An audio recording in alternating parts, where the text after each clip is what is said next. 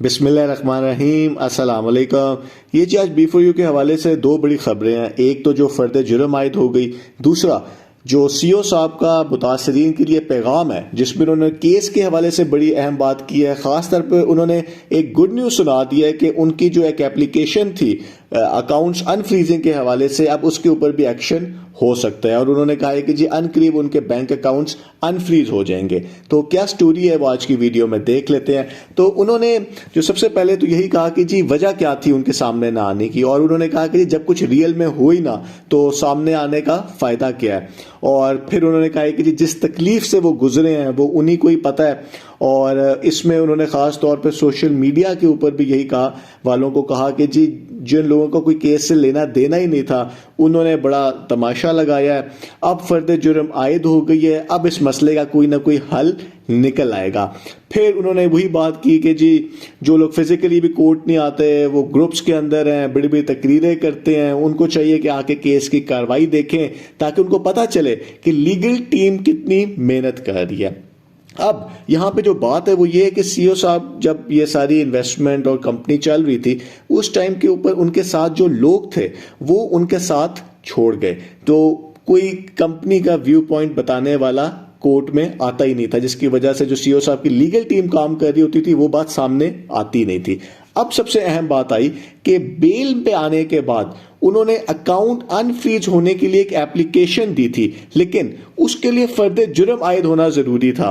और क्योंकि वो आयद नहीं किसी ना किसी वजह से हो रही थी, तो वो जो एप्लीकेशन थी जो मुतासरीन के लिए बड़ी इंपॉर्टेंट है कि जी हमारे अकाउंट ओपन हो किसी तरह। आपको पता है केस से तो किसी को इतना इंटरेस्ट भी नहीं है, हर कोई चाहता है कि जी हमारे अकाउंट किसी तरह हमें पैसे वापस मिल जाए, अकाउंट खोलें यानी कि। अब उनका कहना है कि जी अब ये जो एप्लीकेशन है इसके ऊपर एक्शन हो सकता है। फिर खलाई मखलूक की भी दोबारा बात की गई और फिर वही कहा गया कि जी एक बहुत गुड न्यूज़ आपको अनकरीब मिलने वाली है, क्योंकि आज बहुत बड़ा स्टेप हो चुका हुआ है। 23 मई को क्या होगा, 23 मई के हवाले से उन्होंने ये कहा है कि जी अब क्योंकि ये केस ट्रायल की तरफ चला गया है, अब यहाँ पे विटनेसेस को आना होगा सामने। और विटनेसेस कौन होते हैं?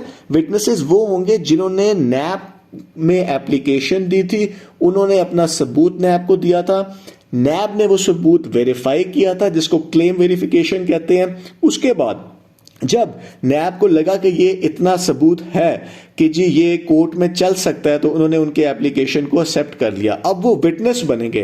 तो यहां पे सीईओ साहब ने कहा है कि जी अब उन लोगों को आना होगा कोर्ट में और उनको साबित करना होगा उन सारी एलिगेशंस को जो कि उन्होंने B4U के ऊपर लगाई हैं, जिसके ऊपर सारा नैब का केस है। देखिए नैब ने कुछ खुद नहीं अब करना, नैब को जो एविडेंस दिया गया मुतासरीन की तरफ से अब उसको साबित करना है विटनेसेस ने और वकीलों ने। अब ये वकीलों की गेम स्टार्ट होने लगी है। इसके ऊपर सीईओ साहब ने ये कहा कि जिन लोगों को के कहने के ऊपर आपने ये सारी कार्रवाई की है, यानी एक तरह से वो उन लोगों को उन्होंने खिताब किया है जो कि नैब में गए हैं। तो अब उन्होंने कहा है कि आप उनको भी अपने साथ लेके आए ताकि उनको भी पता चले कि कोर्ट्स के अंदर क्या होता है, क्योंकि आपको पता है पाकिस्तानी लोग जो हैं वो ज्यादा कोर्ट्स की कार्रवाई में नहीं उलझना चाहते। फिर आखिर में एक दफा यही कहा गया कि जी बहुत जल्द आप लोगों को गुड न्यूज़ मिलेगी जब हमारे अकाउंट्स अनफ्रीज हो जाएंगे और प्रॉपर्टी के ऊपर से जो कॉशन है वो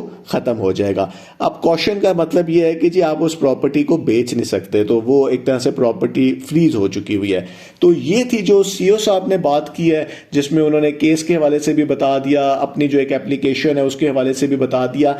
दूसरी तरफ जावेद साहब के भी कुछ बयान सामने आए हैं जिसमें उन्होंने जो आज हुआ है कोर्ट में उसके बारे में बताया है, और उन्होंने कैशवर्थ के हवाले से स्पेशली बताया है। और उन्होंने कैशवर्थ के हवाले से यह बताया है कि वहां पे सीईओ साहब ने बड़ा क्लियरली कहा है कि मेरा कैशवर्थ से B4U का कैशवर्थ से कोई ताल्लुक नहीं है। तो अब अगर एक कंपनी का कैशवर्थ से कोई ताल्लुक है ही नहीं, तो वो मुतासिरीन को पता होना चाहिए कि वो जिस तरीके से अकोमोडेशन की बात हो रही है तो वो उसमें कंपनी की इन्वॉल्वमेंट नहीं है। तो कल को कोई इशू हो जाता है तो B4U इससे आपको बिल्कुल भी प्रोटेक्ट नहीं करेगी। यानी कि अगर कैशवर्थ किसी तरह एग्रीमेंट हो, कैशवर्थ के जो ओनर्स हैं वो कहते हैं जी हम B4U वालों को पैसे नहीं देते, तो आपने जो $50 दिए हैं, आपने जो $25% दिए हैं, उसको भी B4U प्रोटेक्ट नहीं कर सकेगी और आप इधर भी फंस जाएंगे उधर भी फंस जाएंगे। तो ये उन्होंने बड़ी एक इंपॉर्टेंट बात की है। तो ये थी जी अब तक की अपडेट। देखते हैं कि आगे आने वाले दिनों में और क्या डेवलपमेंट्स होती हैं। अब काफ़ी ये जो केस है, आपको पता है कि अब एक ट्रायल होना है और ट्रायल में फैसला दोनों तरफ आ सकता है, नैब की तरफ भी जा सकता है, इनकी तरफ भी आ सकता है। तो आज के लिए जी यही अपडेट्स थी। बहुत बहुत शुक्रिया।